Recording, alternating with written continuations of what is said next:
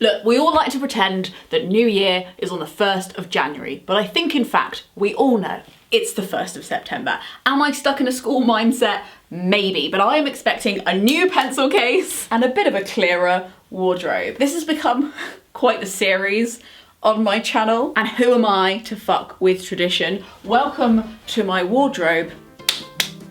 Let's begin. Goth Jane Austen dress. Yes, stay forever. Wonky veg jumpsuit. I think so.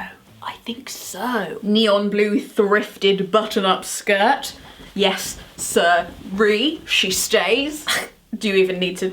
No. What I'm getting out of this is I think I love my wardrobe. Although we are getting to the iffy candidates now. This is an Under the Stories wrap dress I have worn the guts out of. It's comfortable, you can wear it up, you can wear it down. It's kind of leopard print, but also just like a flirty spot. However, when I see myself in pictures of it, I rarely like the pictures, and I've thought a lot about it, and it's not the length, it's not the wrap, it's not even the boob section, it's definitely these arms. I feel like the cap sleeve, I just don't like it. I've thought about just cutting them off and having like a shirt dress like that, but I don't really like that arm cut on me either. So I've just been racking my brains and I can't really think of a solution. So I think that maybe this needs to find a new home.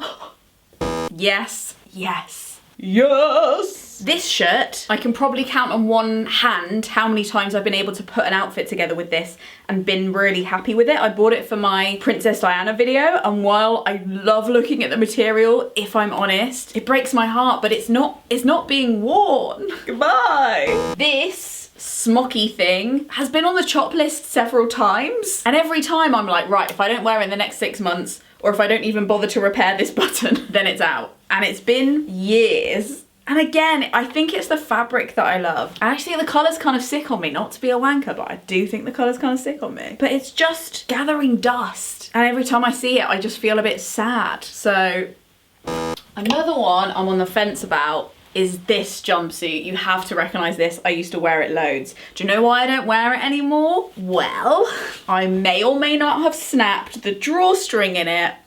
And it's really complicated to explain, but basically the way the channel for the drawstring is sewn, it's gonna be such a nightmare for me to get into it to repair it. Again, stuff like this, fast fashion, this was originally from Monkey. It is not built to be repaired, and it's so freaking annoying. But I think another reason that I haven't repaired this particular item is because even though I love it, it's a one piece. I've worn it every way you can. There's only so many ways you can style a one piece and make it look different. It's literally the whole deal, a meal in a chewy suite. And I've stopped feeling fresh in it.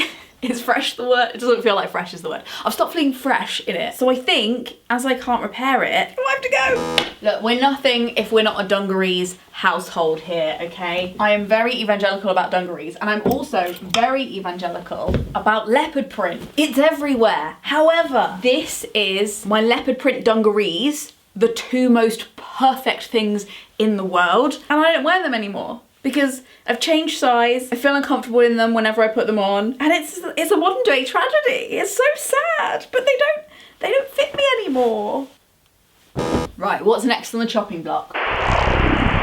Psych, you thought I was gonna throw them away, didn't you? Well, to be honest, many other versions of me would have. However, I've recently been dabbling, indulging, fiddling with the art of sewing, which turns out just to be the art of basic kindergarten skills, drawing around stuff, cutting stuff out, tacking stuff on. And it's meant that when it comes to dissatisfaction with my wardrobe, I do have some options before I have to give stuff away. I know with my wardrobe, if these clothes have made it this far with me, there must be so many special elements to them that would be really hard to replicate in another garment. Moreover, I have really special memories in some of these clothes, and thinking about giving them away made me sad. So I thought I'd play a little prank on you and play a former version of myself, which isn't evil, which isn't wrong, but hadn't yet had that revelation that sewing isn't that hard. It's something I'm allowed to try. So without further ado, I'm gonna show you the 4 items that I would have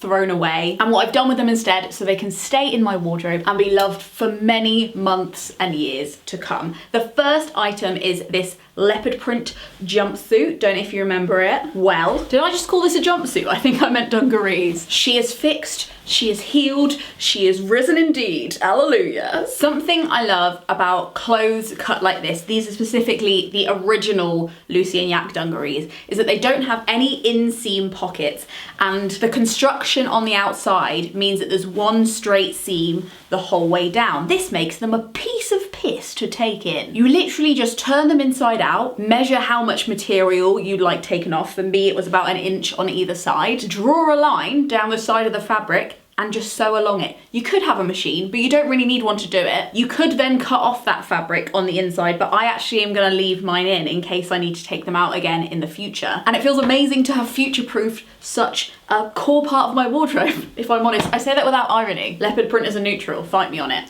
The second thing I did was behead this jumpsuit. Let me show you. Now, if you'll remember, my complaint with this jumpsuit was that I felt like I had worn it every single different way I possibly could. And that, ladies and gentlemen, was my first lie to you. Now that this jumpsuit is 2 items, I'm not only gonna use my hunch to say I'm gonna wear it more, I'm actually gonna use statistics. Now, these are some Swedish statistics, which I realise that I am not currently in Sweden, but I do think that if there were UK statistics, they would be similar. Apparently in Sweden, the average t-shirt is worn around 22 times in a year, while the average dress is worn just 10 times. This would mean that the amount of carbon released per wear is many times higher for the dress. Now, what I'm taking for this is that a 1-piece is not as versatile as a 2-piece most of the time, and is therefore, dun dun dun, less sustainable. Is it true? I'm not sure, but I am gonna use a microcosm of research, meaning my own experience, to try this out and see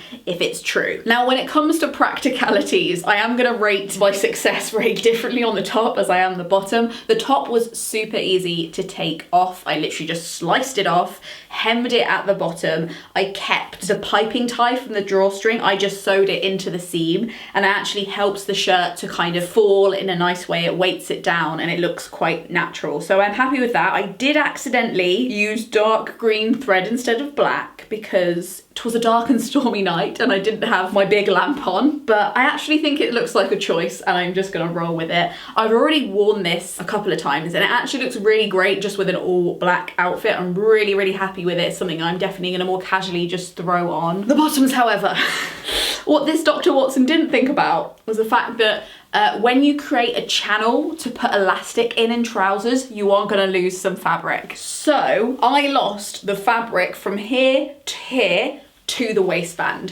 which means that they're not as high-waisted as I'd like.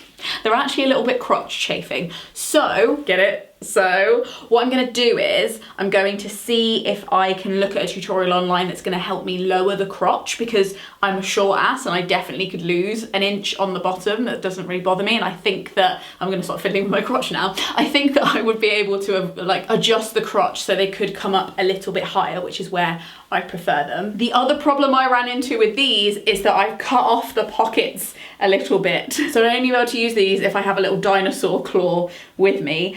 So what I am going to look into doing is opening up this seam and lowering the entrance for the pocket. It shouldn't have really come as a surprise to me that the trousers were harder than the top, seeing as I've never made a pair of trousers before and I don't really understand how they work yet as a sewist. But on the plus side, I was able to choose my waistband, and I chosen a really nice one that doesn't roll over when you sit down. I hate that in a waistband. So I got to choose my own waistband, and I left the channel open. So this is the elastic from inside the trousers, right? So if I get larger or smaller, I can adjust the size of the waistband and make it shorter so it fits. Or if the waistband pisses me off or wears out, I can easily just take it out and replace it. Why doesn't H&M do that to their trousers? Well, I'll tell you why. We live in a society. Anyway, overall I'm calling this a massive win, and I definitely will be wearing the shirt way more. If you follow me on Instagram, I'll keep you updated about the state of the trousers. But something I did enjoy, my friend Sarah runs this thing called the Craftivist Collective, all about protest and craft. and she has these little fabric tags, so I was able to sew one of those in at the back of my trousers, and it says good intentions are just the start. Cute. Another superpower of sewing is just being able to add little details, little in-jokes with yourself that only you see, but you're like, oh, it's so much nicer than just seeing my dress size and the logo of a brand that I don't particularly care for. Oh, spoiler, don't look. I'll tell you in a minute, okay? I'll tell you in a minute. This one I'm particularly proud of. I basically realised the only thing that genuinely didn't work for me was the sleeves, and I also found that even if I had liked the style of the sleeves, I'd worn them so much, they got really stretched around the armpit and it made the whole garment look really used, when in fact it wasn't that used, it was just the sleeves that looked used. I think if it's something that I'd have given away and put in a charity shop, somebody might have picked up and been like, oh, it looks a bit worn. Well, they might not have even put it out on the racks in the charity shop because they'd have thought, oh, it doesn't really look like it's in the best condition. But now it looks like a new dress, and you know why? New sleeve. I first had this idea, right, that I was like, I want to have long sleeves on this. How do I achieve that? And I was like, right, maybe I could make it into a mini dress and then use all of that fabric to make the sleeves. And then I was like, no, but I really like where it hits me. I like that it's a long dress. It's so much better for autumn. It's so much better for layering. And then I was like, well, I can't, it's not like I can just go to the shop and buy that fabric. But I can buy that fabric because this is a fast fashion item, which means there are many multiples of it all over the country. I bet that there's some on Vinted. So I sat on Vinted, I probably checked every day for about 4 days, and lo and frickin' behold, somebody listed the exact same dress in the exact same size. And it was barely worn, barely used. So I didn't even have to use the whole of the dress. I used this panel and this panel, didn't have to do much measuring because it was roughly the right amount of fabric, and literally sewed this panel and this panel from the other dress on to these sleeves. I put a little bit of loose elastic at the edges, gathered it so it had a bit of floof to it, and that is literally it. I can't believe it. The best part is I still have this section of fabric and the top half of the other dress to do whatever I want with. So either I'm gonna make some really snazzy plant pots or makeup bags or something, or I might just make a top of this dress and like use the extra material to make a frill around the bottom or something. Anyway, another useful observation with this is that I actually thought that I would keep the newer dress as the main dress and then cut up my old dress, but I realized that actually I had worn in this dress so it really fit me, and I felt like I had, through its use, softened the fabric so it hung a bit nicer. And the fact that I have loads of memories in this dress, and if I knew it was the other dress, like I couldn't be able to do the double thing. I just think I was just emotionally tied to this dress. So it was interesting that I actually went through that process of trying them both on, and I knew that fast fashion had made them ultimately identical, but through my experiences and my use of them, they had become completely different to the touch and in my mind. So this is a huge success story for me. I do think it looks pretty profesh, and it's something that I'll definitely consider doing to other items, especially when I know so many multiples of something are in circulation and may go in landfill. Like, wouldn't it be cool if you bought a dress but you were like, oh, I want the skirt to be fuller, I want the sleeves to be bigger, I want a matching bag, and you literally just go on Vinted or Depop and you find a multiple of it, even if it's not in your size, and then you just like add panels to it or make accessories. Like, this could be a whole thing. Anyway, we mustn't daddle because I've got to show you my child. Okay, this is technically a new top, but it's made out of the two old ones. How cool is that? I used the Bathurst pattern from Stitch Witch Patterns, which is like, I think it's just one girl and she's like an indie pattern designer. She lives in Halifax in Canada. And the way this top is constructed is really clever, and actually when you do it, really simple. There are also reversible versions of it I've seen on the internet where people have literally just made two aligning in a different fabric instead of interfacing, and that looks incredible. I didn't have quite enough fabric to do that with this, but I'm definitely going to try that for other ones. But I was just staring at both of these fabrics and thinking how much I loved them both, but they were both like a little flat on their own, and then I was like, hang on a second. I did the reverse pattern on the back for each, and with the bow I think it looks amazing, if I'm honest. If I'm being honest, I think it looks great. I also love that it's a tank top that is adjustable, so if I change size, it's gonna be pretty easy, I think. And because the armholes are isolated, I could totally add sleeves to this. This could be a sleevey thing. The only thing I'd say about this is, if you're somebody who spends a lot of time on a hard back chair, then it might be a little uncomfortable. Sometimes when I'm on the sofa, I just loosen it a little bit at the back. But to be honest, most of my days are either spent sitting on my kneeling chair that doesn't have a back, or in my garden sitting on my picnic bench where I don't have a back either. So for me, this is perfect. And also somebody who's quite insecure about their back rolls, this is a way that I could like show my back without showing the parts of my back I'm most insecure about. And I'm like, oh, I have a little bit of the spotty fabric left and a little bit of this fabric left. And I'm thinking of maybe making like a cushion cover for my living room, because my living room is very, very blue. Or I might potentially be able to make another top out of the fabrics, which would be really satisfying, because then I'd still get 2 tops out of 2 tops, but they'd be blended. I think this works especially well because the 2 fabrics are quite similar in drape and thickness. I don't have the fabric labels for one of them, so I'm not sure if they're exactly the same fabric makeup, but they feel the same to me, and I'm the only person wearing it, so who cares? I hope you enjoyed that cheeky little clear out that turned out not to be a clear out. It was more of an ushering in, a clean in, if you will. If you're doing a clear out this September, please don't just throw your clothes in the bin. I know that most of you probably don't, but the stats say otherwise. According to a recent study, 72 items per person are thrown straight into the bin, not to a charity shop or even into a recycling centre, literally into the bin. So please don't do that. It's, in summary, not good. And then if you're sitting here like I would be, being like, well, that's fine, Lena, because obviously I'm not going to chuck it in the actual bin. I give it to thrift shops or charity shops. Yeah, that's not always that. It's not, this still might be in landfill. It really may well be. You might have put a lot of your clothes in landfill. Apparently, according to the stats I found, in the US, only 10% of items are resold for reuse. The rest meet pretty dubious ends, like landfill or exported to be dumped in other countries and for other communities to deal with. Globally, Oxfam estimates that around 70% of all the clothes that are given away to charity are shipped off to the continent of Africa. If you're interested in the details on that and why it's not very good, you can listen to this podcast episode I did with Ash Tonya on the book Consumed. But the more I research it, the more I see that the way I as a consumer have been led to believe the journey of clothes once they leave my house, like how that goes,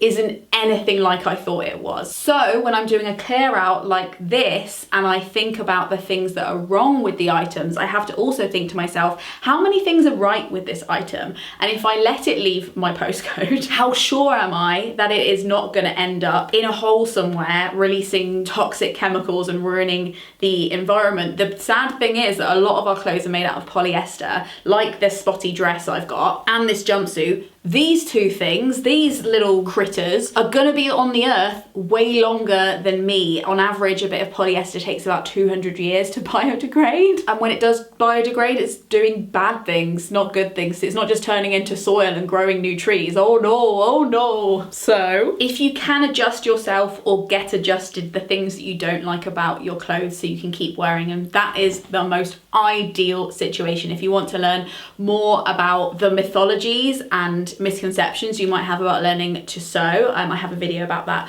up here. But even if you don't, it is so much better to find somebody you know in your real life who you know won't put it in the bin, or sell it on Vinted or Depop or eBay, where you know that somebody is paying some money for an item. They're likely to really want it. You are directly finding the person who would like it in their house. Those are really the best ways to make sure that your clothes don't end up in somebody else's country without their consent. Thank you so much for watching this video. It was made possible by the Gumption Club, who tip me per video to make sure these videos keep happening and they don't have like a weird sponsor at the end that contradicts the message that I'm trying to chat about. If you like this video, I reckon you might like some of my other clothing videos, or perhaps you'd like my series on positive panic. Let me know which one of my modified resurrected outfits you liked the most, and thank you so much for watching. Frog Snog out!